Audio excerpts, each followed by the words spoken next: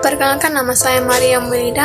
Saya dari Prodi Agribisnis NIM 2221013 Universitas Kristen Wirawacana Sumba Angkatan 2021.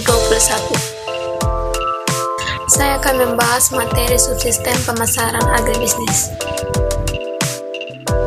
Tujuan materi yang akan saya bawakan ialah agar lebih mengenal lebih dalam bagaimana subsistem pemasaran agribisnis terkait fungsi pemasaran, biaya target, dan marketing, serta lainnya. Pemasaran, aliran produk secara filisit dan ekonomik dari produsen melalui pedagang perantaran ke konsumen. Suatu proses sosial dari manajemen yang membutuhkan individu mendapatkan apa yang mereka butuhkan dan inginkan dengan menciptakan, menawarkan, dan mempertukarkan produk yang bernilai kepada pihak lain. Tujuan sistem pemasaran ialah memaksimumkan konsumsi, memaksimumkan utilitas konsumsi, memaksimumkan pilihan, memaksimumkan mutu hidup. Efisien pemasaran. Seberapa besar pengorbanan yang harus dikeluarkan di dalam kegiatan pemasaran menunjukkan hasil yang akan kita inginkan. Efisien pemasaran dapat dicari dengan menghitungkan rasio keluaran masukan di dalam kegiatan pemasaran yang dilakukan. Semakin tinggi nilai masa keluaran masukannya, maka pemasaran yang dilakukan semakin efisien. Fungsi pemasaran. Fungsi pertukaran produk harus dijual dan dibelikan sekurang-kurangnya sekali selama proses pemasaran.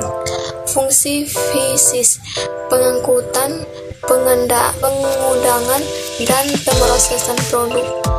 Fungsi penyediaan sarana informasi pasar ialah standar mutu, pembiayaan, penanggung risiko fisik ialah kebakaran, banjir, pencuri, resiko pasar ialah tidak laku, harga jatuh, dan pesaing. Biaya pemasaran. Biaya pemasaran menunjukkan bagian dari pembayaran konsumen yang diperlukan untuk menutup biaya yang dikeluarkan. Penyimpanan, pemasaran, merek dagang, pajak, resiko kerusakan. Margin pemasaran. Margin pemasaran berbeda dengan biaya pemasaran meskipun adanya kemungkinan besarnya margin pemasaran sama dengan biaya pemasaran. Analisis strategi pemasaran. Step ialah segmentasi, targeting, positioning. Segmentasi ialah terdiri dari segmentasi geografi, ialah negara, regional, provinsi, kota, kecamatan. Segmentasi demografik ialah umur, jenis kelamin, pendapat. Segmentasi psikografik ialah kelas sosial, gaya hidup, kepribadian. Targeting ialah strategi yang tidak membeda-bedakan pasar, strategi yang berkonsentrasi. Manfaat targeting ialah mengembangkan posisi produk dari strategi bauran pemasaran, memudahkan penyesuaian produk yang dipasarkan dari strategi, mengantisipasi persaingan, memanfaatkan sumber daya perusahaan, membidik peluang pasar lebih luas. Positioning, tindakan merencanakan penawaran dan antara perusahaan sehingga menempati suatu posisi kompetitif yang berarti dan berada dalam benak pelanggan sasarannya. Positioning menurut atribut produk, menurut manfaat, menurut harga dan kualitas, menurut penggunaan penerapan, dan menurut pemakaian.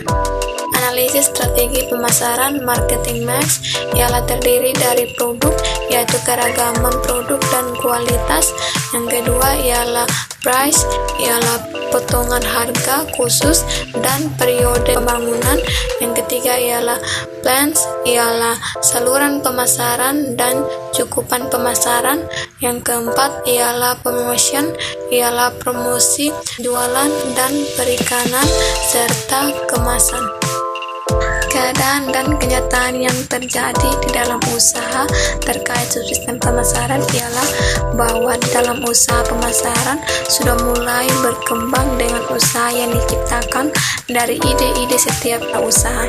Akan tetapi masih banyak strategi maupun cara mengekspor suatu produk atau hasil belum dikembangkan, sehingga kebanyakan usaha yang mengalami kerugian atau patah semangat di dalam kewirausahaan.